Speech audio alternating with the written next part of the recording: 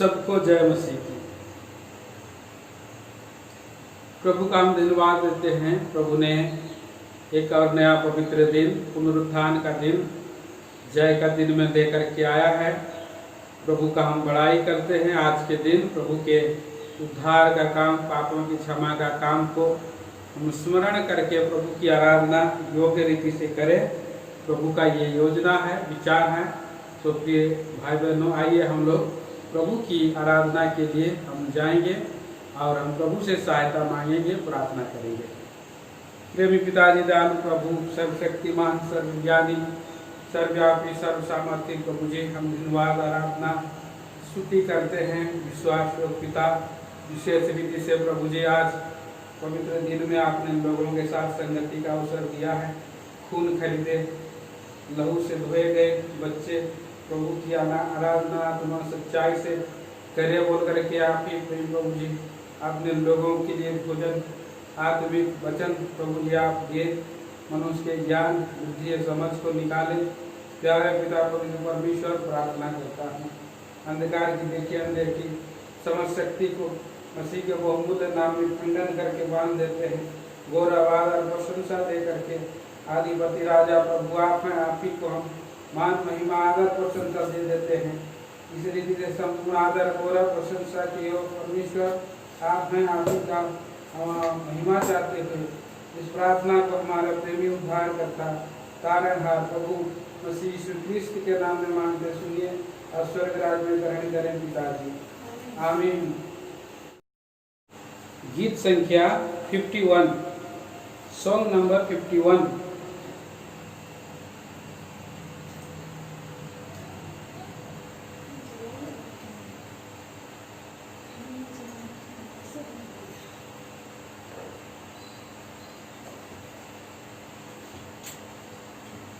Hallelujah यीशु प्रभु, तुम सब स्तुति करो। काम समर्थे उसने किए, ध्यान देकर स्तुति करो। काम किए प्रभु, शक्तिमान की स्तुति सबों को जो ग्रहण करता उसकी स्तुति करो। राजाओं का राजा यीशु राजा, यीशु पर राज करता। हालेलुया हालेलुया, ईश्वर की स्तुति करो।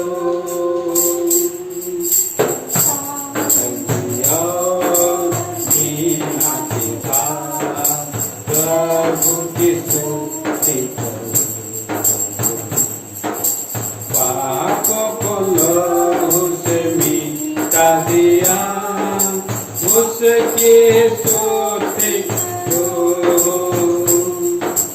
नरसिंह और जान बचाकर प्रभु की स्तुति करो। कभी भी वो ना बदले, ईश्वर की स्तुति करो। राजाओं का राजा यीशु राजा, ईश्वर पर राज करता। हालेलुया हालेलुया, ईश्वर की स्तुति करो। सूरज और चांद सितारे तुम सब स्तुति करो। हृदयों को प्रकाशित किया, उसकी स्तुति करो। अग्नि बोले हिम को हरे, प्रभु की स्तुति करो। हृदय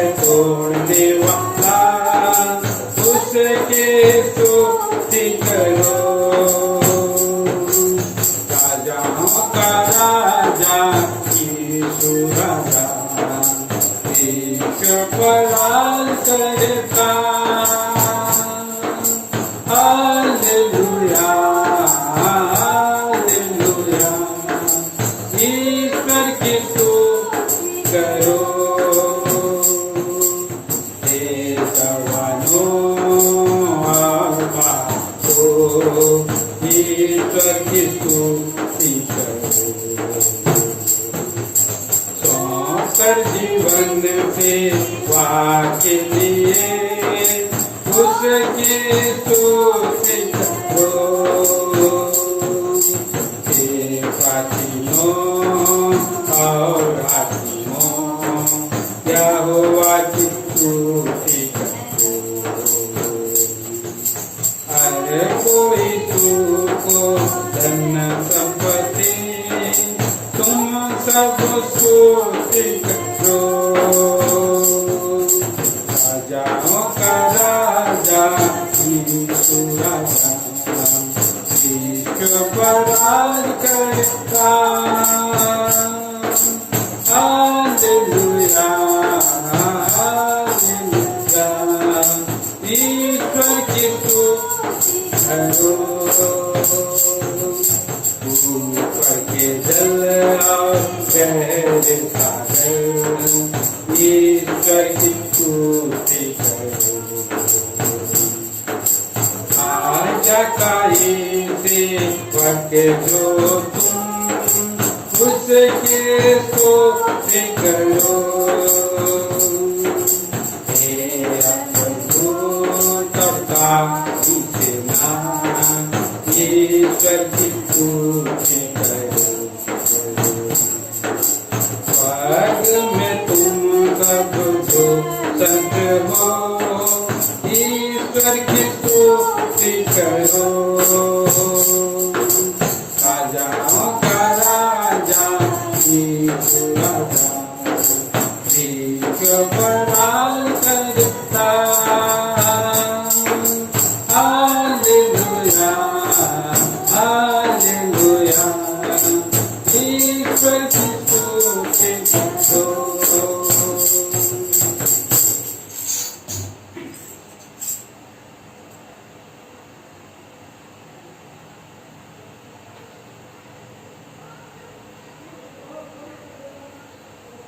गीत संख्या 716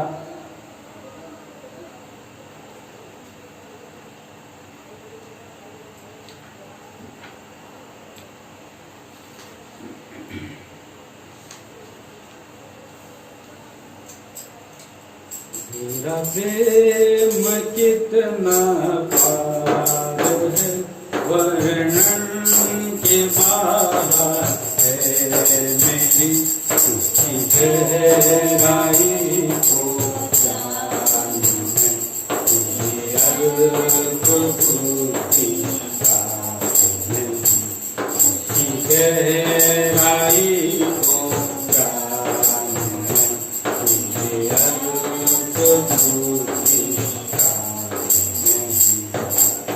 तूने मुझसे जो प्रेम किया शाश्वत प्रेम है प्रेम दया और करुणा से मुझको बुलाया है तूने मुझसे जो प्रेम किया शाश्वत प्रेम है प्रेम दया और करुणा से मुझको बुलाया है स्तुति करूं मैं जीवन भर काफी नहीं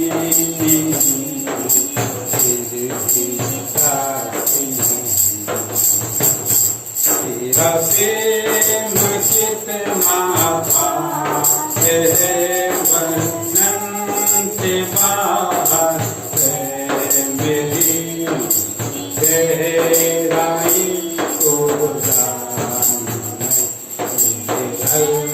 अद्भुती गहराई को जानने के अद्भुत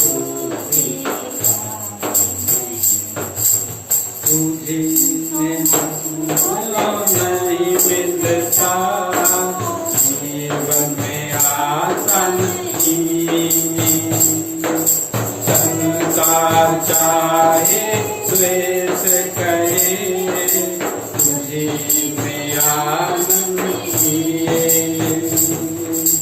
तू यदि मुझको ना मिलता जीवन में आसन संसार चाहे द्वेष करे तुझे में आनंद प्रेम अनुग्रह मुझ पर तेरा बल तेरा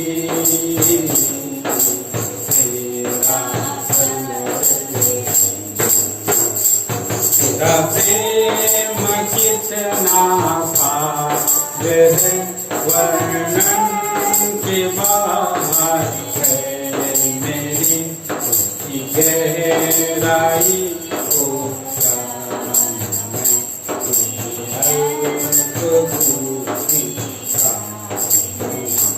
उसकी गहराई को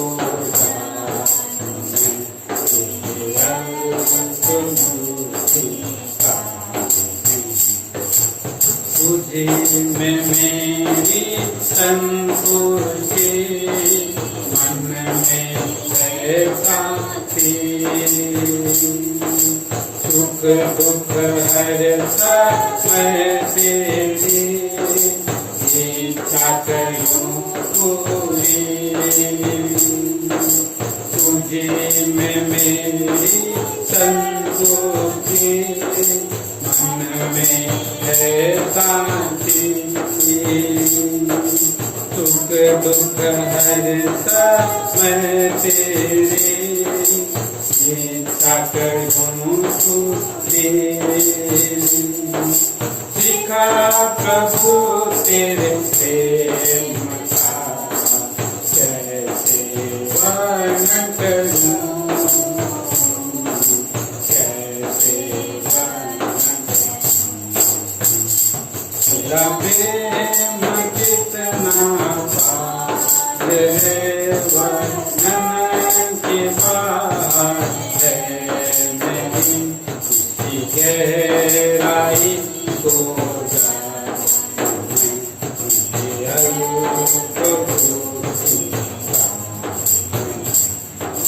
गहराई को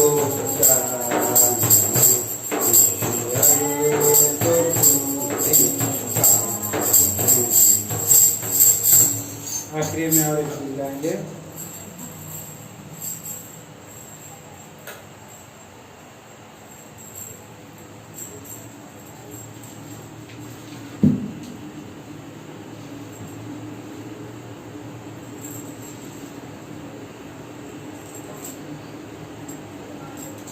सॉन्ग नंबर 759 गीत संख्या 759।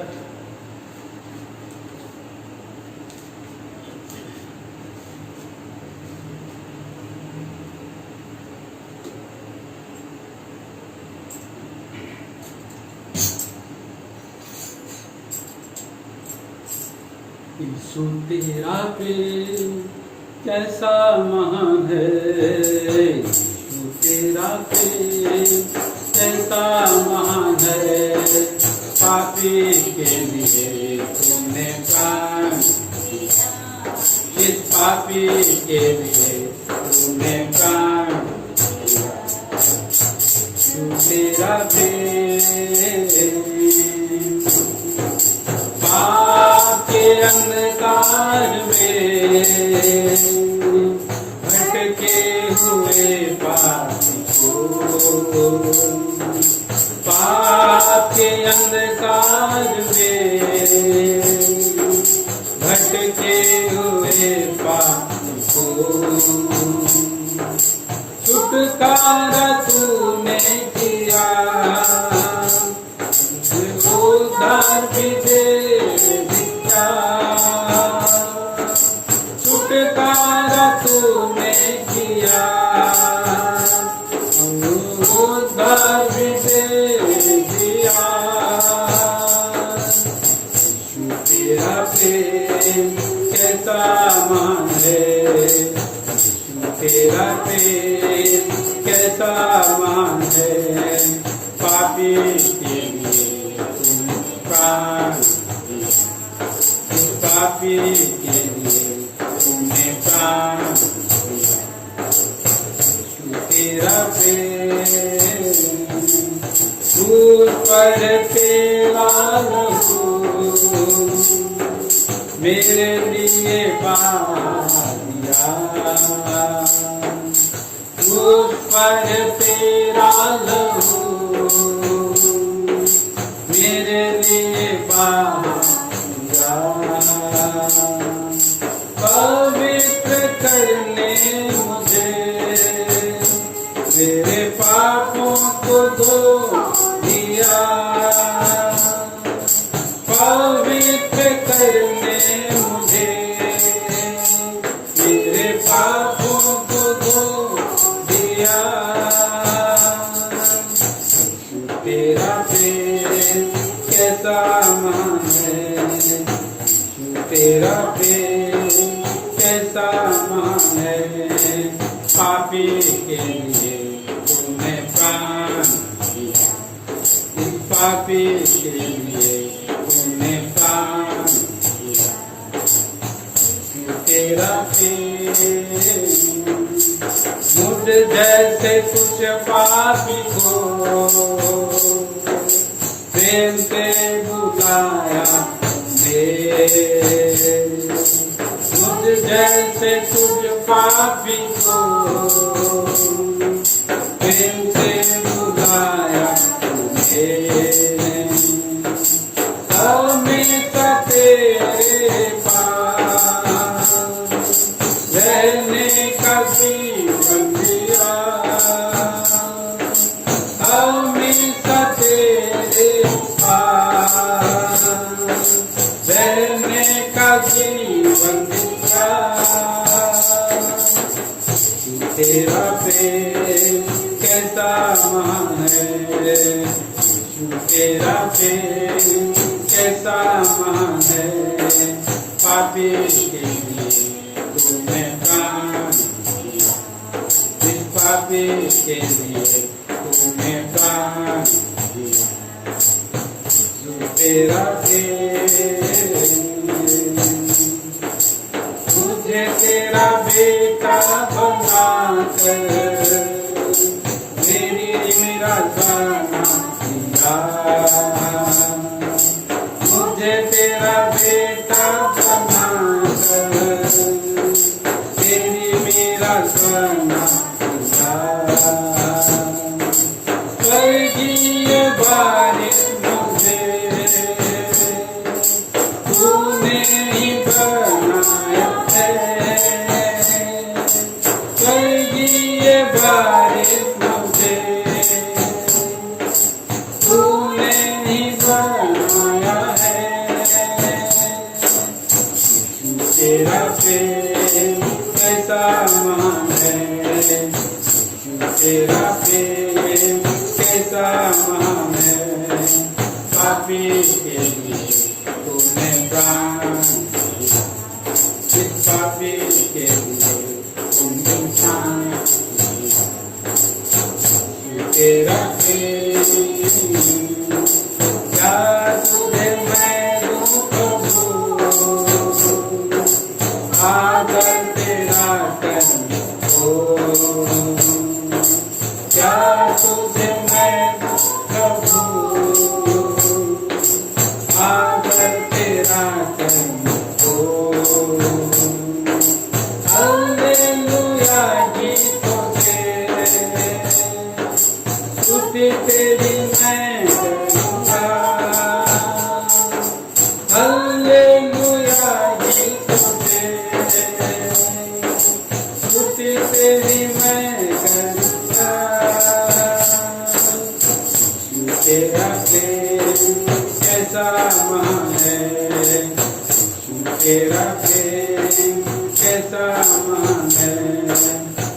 पापी के लिए तुमने प्राण दिया, इस पापी के लिए तुमने प्राण दिया, तेरा प्रेम।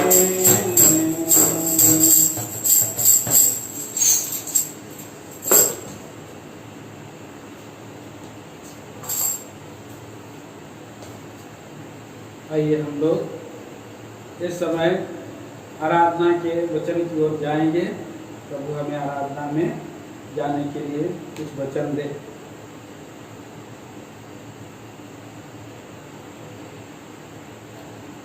वचन हम पढ़ेंगे। आइए हम लोग आराधना के लिए भजन संहिता 32 अध्याय और हम 1 और 2 वचन पढ़ेंगे।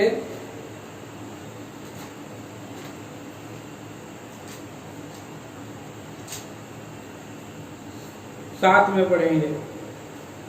क्या ही धन्य है वह जिसका अपराध क्षमा किया गया और जिसका पाप ढांपा गया हो।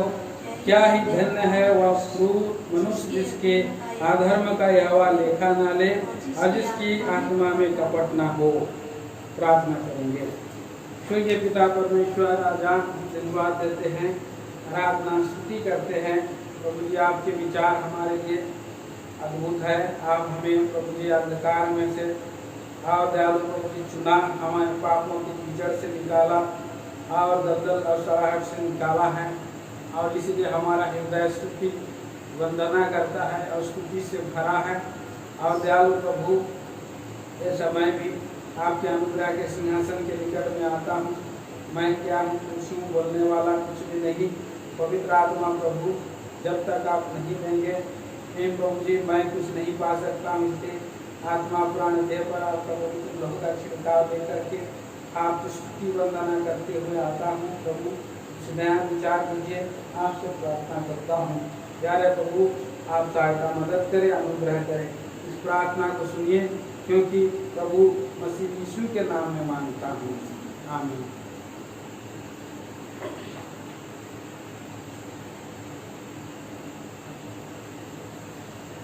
भजन संहिता 32 अध्याय क्षमा प्राप्ति की आशीष के रूप में यह हेडिंग है। और यहाँ पर हम देखते हैं प्रियो कि क्या ही धन्य है वह जिसका अपराध क्षमा किया गया और जिसका पाप ढांपा गया। क्या ही धन्य है वह मनुष्य जिसके अधर्म का यहोवा लेखा न ले और जिसकी आत्मा में कपट ना हो। वो व्यक्ति धन्य है। जो धन्य है वही धन्यवाद भेंट प्रभु को अर्पण कर सकता है और वही धन्यवाद भेंट प्रभु परमेश्वर ग्रहण करता है। इसलिए प्रियो, प्रभु का वचन में लिखा है कि यहोवा को धन्यवाद का भेंट चढ़ा, यहोवा को स्तुति रूपी बलिदान चढ़ा, जो अपना जीवन को शुद्ध रखता है। देखिए भजन संहिता की किताब 50 अध्याय और 23 वचन में हम पढ़ते हैं, धन्यवाद ही के बलिदान का चढ़ाने वाला मेरी महिमा करता है और जो अपना चरित्र उत्तम रखता है उसको मैं परमेश्वर का किया हुआ उद्धार दिखाऊंगा। तो इस तरह से हम देखते हैं हमारा प्रभु उद्धार करता परमेश्वर का ये इच्छा है कि धन्यवाद का बलिदान चढ़ाने वाला मेरी महिमा करता है। तो जो धन्य है वो ही धन्यवाद का भेंट चढ़ा सकता है। और कौन धन्य है? जो श्रापित नहीं है वो धन्य है, अर्थात जिसका पाप क्षमा हुआ है वो धन्य है। और जब जिसका पाप जब क्षमा हो जाता है तो अपना उद्धारकर्ता को पहचान जाता है और अपना सृष्टिकर्ता को पहचान जाता है और वो बिना आराधना, बिना धन्यवाद, बिना स्तुति वो किए रह नहीं सकता है और उसको धन्यवाद चढ़ा सकता है। तो हम देखते हैं हमारा जीवन में चार, यहाँ पर मनुष्य का जीवन में जो है और धन्यता बनने से पहले क्या क्या था। पहला तो था अपराध, दूसरा तो था पाप और तीसरा तो था अधर्म, और चौथा क्या है? कपट है। 4 चीजें मनुष्य के जीवन में और यहाँ पर दिखाई देती है। तो एक पापी के, एक मनुष्य का जो है पाप में जन्मा है। सबसे पहले मनुष्य जो है जन्म से पापी है। कोई भी नहीं कह सकता है कि मैंने पाप नहीं किया। और सृष्टिकर्ता परमेश्वर भी देखा स्वर्ग से कि कौन व्यक्ति है जो जिसके अंदर में पाप नहीं है।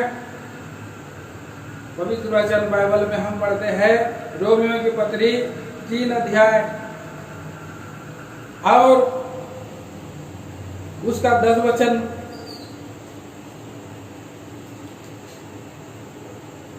जैसा लिखा है, हाँ, कोई धर्मी नहीं, कोई धर्मी नहीं, एक भी नहीं, एक भी नहीं, कोई समझदार नहीं, कोई समझदार नहीं, कोई परमेश्वर का खोजने वाला नहीं। 12 वचन पढ़िए। सब भटक गए हैं, सब भटक गए हैं, सबके सब निकम्मे बन गए हैं, निकम्मे बन गए हैं, कोई भलाई करने वाला नहीं, कोई भलाई करने वाला नहीं, एक भी नहीं। एक भी नहीं।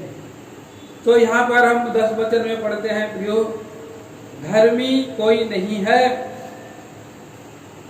तो धर्मी कोई नहीं है मतलब अधर्मी है, मतलब पापी है। मतलब देखते हैं कि यहाँ पर अधर्मी और पापी व्यक्ति संसार में कोई नहीं है। और पवित्र वचन बाइबल कहता है कि लोग भटके हुए हैं और सब लोग कहते हैं कि हम समझदार हैं, परंतु समझदारी भी नहीं है मनुष्य के जीवन में। और प्रियो यहाँ पर हम लोग सोच सकते हैं कि हम भला करते हैं, पर भलाई, सच्ची भलाई करने वाला भी कोई नहीं है। सो ऐसा मनुष्य का जीवन है। पवित्र वचन बाइबल कहती है, पवित्र शास्त्र बाइबल में, कि मनुष्य का पाप भारी है। मनुष्य अधर्म में है और धर्मी नहीं है, मतलब अधर्म में है, पाप में है।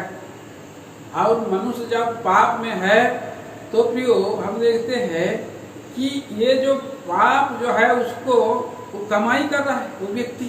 वो व्यक्ति पाप कमाता है। और इसलिए रोमियो की पत्री 6 अध्याय का 23 वचन में भी हम पढ़ते हैं कि पाप की मजदूरी तो मृत्यु है। पाप का मजदूरी लोग कमा रहे हैं। सो इसलिए धर्मी नहीं है, मतलब पापी है, जन्म से भी पापी है और पाप की मजदूरी भी कमा रहे हैं और प्रियो अपराध भी किए हैं। तो यहाँ पर भजन संहिता 32 अध्याय में हम देखते हैं, लिखता है कि ऐसे व्यक्तियों को जो अपराध किया है वो क्षमा किया गया, वो व्यक्ति धन्य है। सो अपराध क्या होता है? अपराध जो है बड़ा होता है। पाप से छोटा, पाप से बड़ा अपराध होता है। पाप जो है गुप्त में हो सकता है, पाप जो है कि मन में हो सकता है, लेकिन प्रकट में अपराध होता है। क्योंकि पाप से बढ़ करके अपराध, जब हम एक घटना मिस्र में देखते हैं तो वो जो स्त्री है पोतीफर की पत्नी यूसुफ को आकर के बार बार परेशान करती है, तंग करती है और उसका साथ जो है गलत मकसद से उसके साथ रहना चाहती है। तो एक बार ऐसा घटना घट गया तो उस स्त्री ने उसको अकेला देखा, तो ऐसा सुंदर मौका सोच सकता था, ये सुंदर अवसर है सोच सकता, लेकिन वो घृणा का था। और उसने क्या किया? घृणा किया। यूसुफ ने कहा कि मैं ऐसा बड़ा अपराध करके परमेश्वर के दृष्टि में ऐसा दुष्टताई करके मैं परमेश्वर का अपराधी क्यों बनूं, अपराधी क्यों बनूं।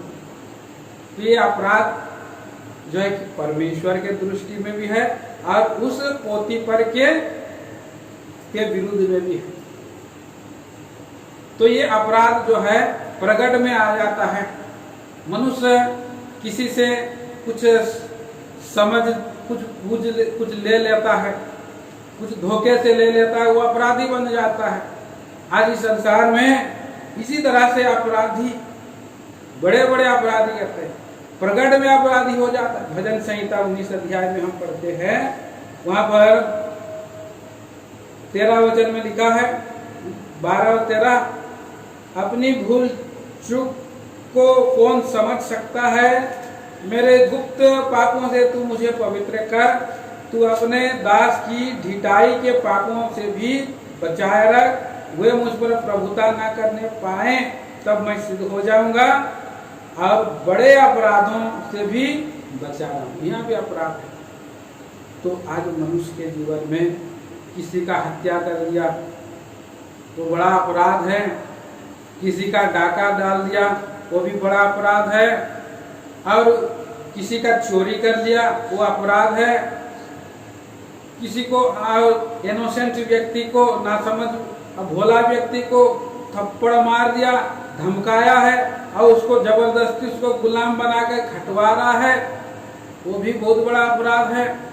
सो ये गाली देना भी अपराध है, झूठ बोलना भी अपराध है। तो ये सारा अपराध जो है मनुष्य जो है करता है, और ऐसे अपराध को मनुष्य अपने धर्म कर्म से उसको ढांप नहीं सकता है। उसको गंदे मैले चितड़ों के समान उसका जो धर्म कर्म होगा। कोई व्यक्ति 50 लाख रुपया का गबन करके अगर वो कोई 50,000 रुपया बांट दे तो क्या उसका प्रायश्चित हो सकता है? 1 लाख रुपया अगर वो बांट दे या यज्ञ में डाल दे या और कहीं पर खिला दे तो क्या उसका जो है प्रायश्चित हो सकता है? बराबरी हो सकता है? नहीं हो सकता है। इसलिए आज मनुष्य जो है ऐसे ऐसे अपराधों में छोटे से लेकर के बड़े, और ये सब अपराध जो है और इस अपराध का जो उसके विवेक में हमेशा दोषी है। इसलिए जीवते परमेश्वर का पास न जा सकते हैं, न उसकी आराधना कर सकते हैं, न उसको और गुणानुवाद कर सकते, क्योंकि ऐसे अपराधों के कारण परमेश्वर का मुख जो है फिर गया है। परमेश्वर का दृष्टि आज मनुष्यों पर नहीं है, क्योंकि उसके पाप के कारण, मनुष्य के पाप और अपराध के कारण, क्योंकि परमेश्वर की आंखें इतना पवित्र है कि वो पापी को देख भी नहीं सकता है, पाप को देख भी नहीं सकता है, जैसे पाप अपराध को देख नहीं सकता है। परंतु परमेश्वर मनुष्य को प्यार करता है। परमेश्वर मनुष्य जो है परमेश्वर का स्तुति है, और मनुष्य परमेश्वर का स्वरूप और समानता का है, बनाया हुआ है, और अपने स्वरूप में उसको जब बनाया उसको सब वस्तुओं का अधिकारी बना दिया और उस पर प्रभुता करने के लिए। लेकिन आज हम देखते हैं मनुष्य पाप के कारण में और दुख में है, निराशा में है, और भूखा है, नंगा है, और वो अशांति में है, और अनंत काल का नरक का कमाई कर रहा है, मजदूरी, पाप की मजदूरी मृत्यु कमा रहा है, जो अनंत काल का नरक है। तो अनंत काल का नरक दंड से और वो मनुष्य जा रहा है। तो ऐसे मनुष्य का लिए यहाँ पर भविष्यवाणी किया गया है। परमेश्वर का दास ने भविष्यवाणी किया कि क्या ही धन्य है वह जिसका अपराध क्षमा किया गया और जिसका पाप ढांपा गया। क्या ही धन्य है वह मनुष्य जिसका अधर्म का यहोवा लेखा न। तो आज मनुष्य का जीवन में जो पाप कमा रहा है वो अधर्म का गठरी के नाई वो बड़ा होता जा रहा है। जैसे अगर हम लोग कुछ काम करते हैं तो क्या करते हैं, 5 पैसा जमा हो जाता है, उसको जमा करते करते करते करते बड़ा करते हैं। कई बार खेती करते हैं, धान बना और लगाते हैं उसको और घर घर भर देते हैं। वैसे ही अधर्म भी बढ़ते चला जाता है, बढ़ते चला जाता है। एक मनुष्य एक दिन में अगर 100 झूठ बोलता है तो एक महीना में कितना कहेगा? एक महीना में अगर कितना, अगर 1 साल में वो कितना झूठ हो जाएगा उसका। अगर वो पियो उसको 50 साल जिंदा रहेगा तो उसका कितना बड़ा झूठ हो जाएगा। तो इस तरह से ये झूठ का एक बहुत बड़ा एक लिस्ट बन जाएगा। और जब वो व्यक्ति का लेखा होगा, हिसाब किताब होगा, और लेखा जब हो जाएगा तो ये बड़ा सा घर में अगर उसको अंदर में रखा जाए तो उस किताबों का और बहुत बड़ा एक घर भर जाएगा। वहीं पर वो पाप में वो उसका पाप को गिन भी नहीं सकता, गिन भी नहीं सकता है। अंदर बाहर चारों ओर जो है ऐसा पाप और उसका चारों ओर घेर के रहे।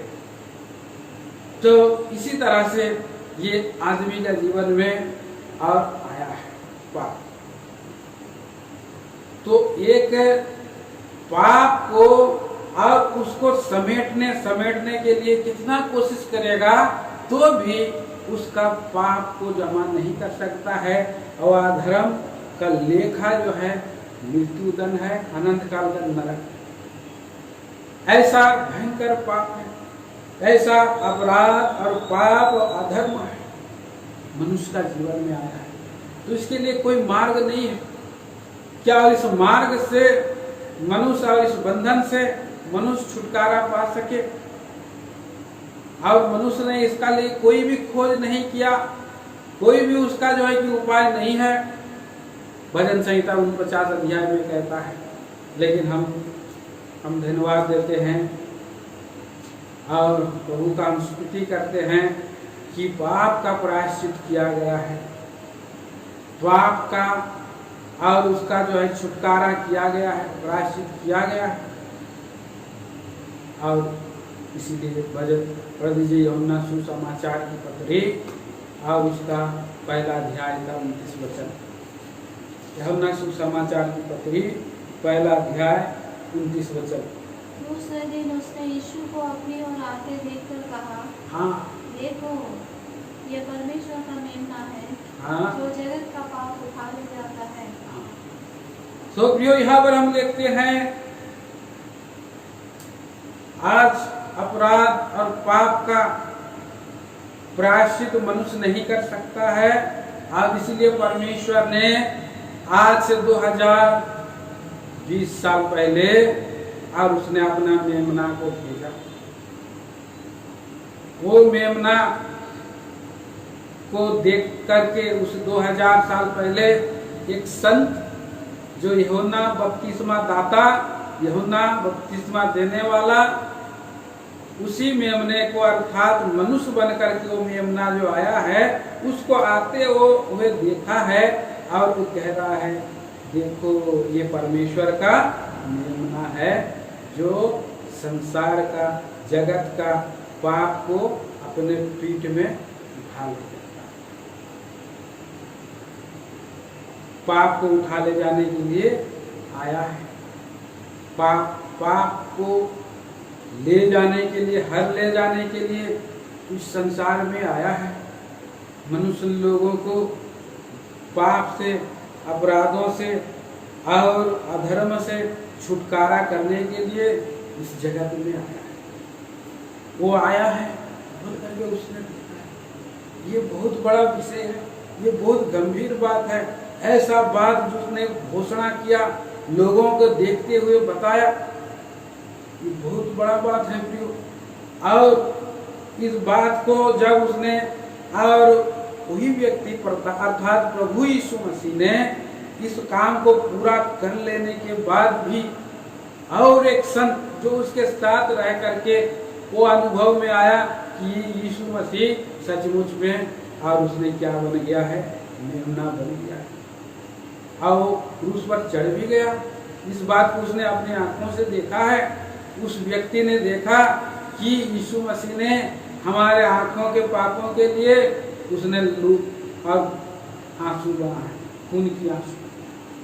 हमारा मस्तिष्क के पापों के लिए उसने जो है कांटों का मुकुट, हमारे हाथों के पापों के लिए उसने जो है खिले ठोका, हृदय के पापों के लिए भाले और पांव के पापों के लिए खिले ठुकाए। तो एक विधि के अनुसार ये जो खिले जो ठुकाया गया है, ये क्या है कि श्राप को उठाने का एक विधि है। एक विधि के अनुसार जो है वो प्रायश्चित किया जाता है। पुराना नियम में हम देखते हैं लेवियों की किताब उसका और 5 अध्याय में हम देख सकते हैं। लेवियों की किताब लेवी व्यवस्था 5 अध्याय 10 वचन।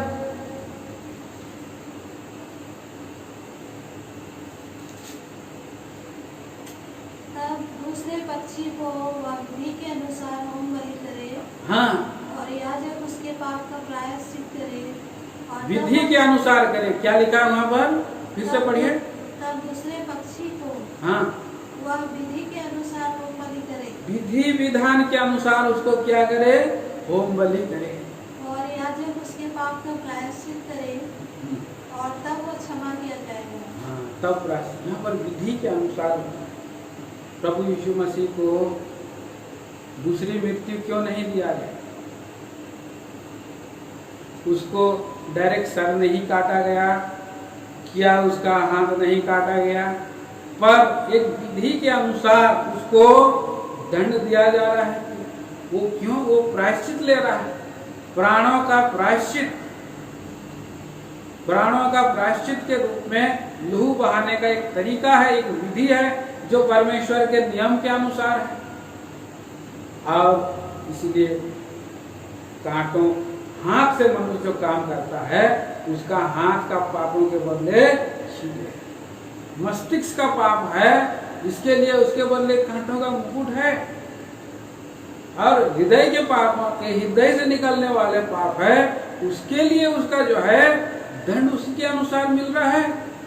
जिस जगह में जहां गलती किया है वही जगह पर वो दंड ले रहा है। और ऐसा दंड क्यों? प्राणों का प्रायश्चित किया है, इसलिए लहू को उसने उड़ेल दिया।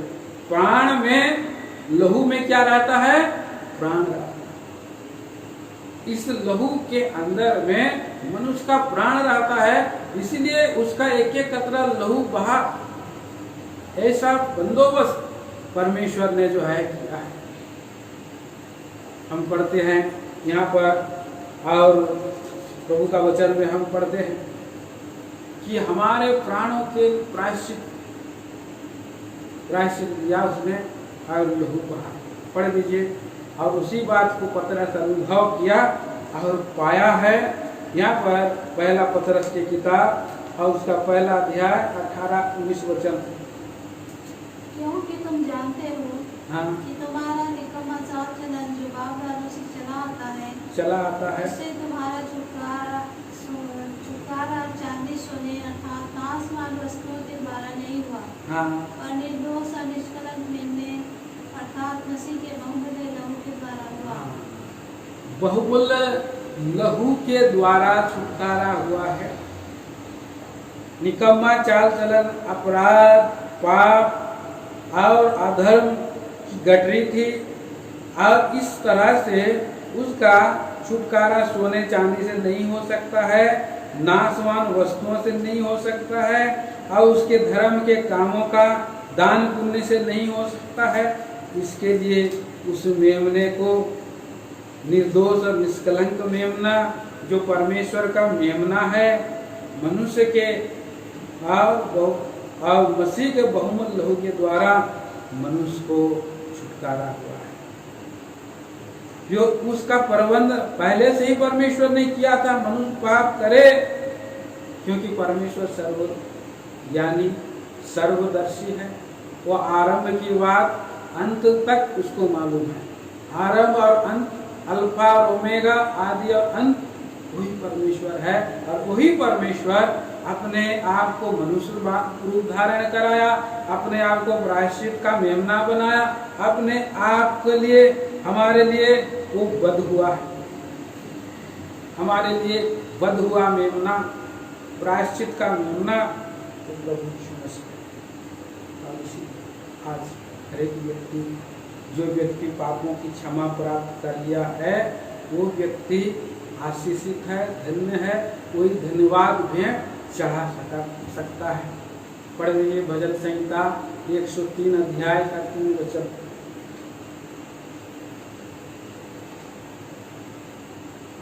वही तो तेरे सब अधर्म को क्षमा करता, वही तो तेरे सब अधर्म को क्षमा करता और तेरे सब लोगों को चंगा करता है। हाँ।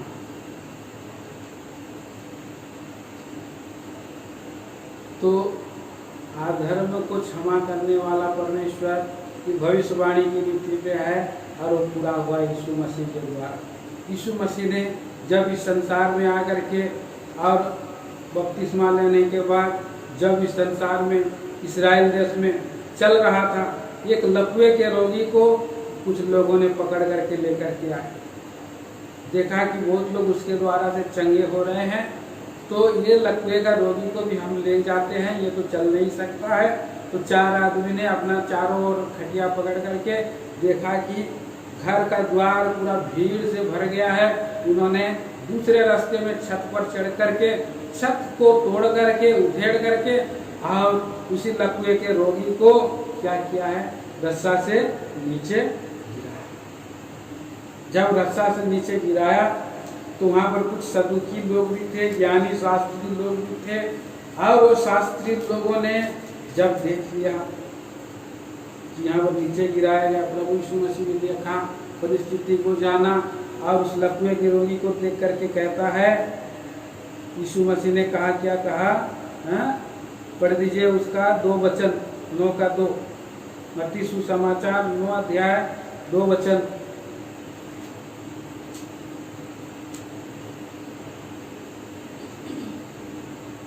और देखो कई लोग लकवा के रोगी को खाट पर रखकर उसके पास लाए।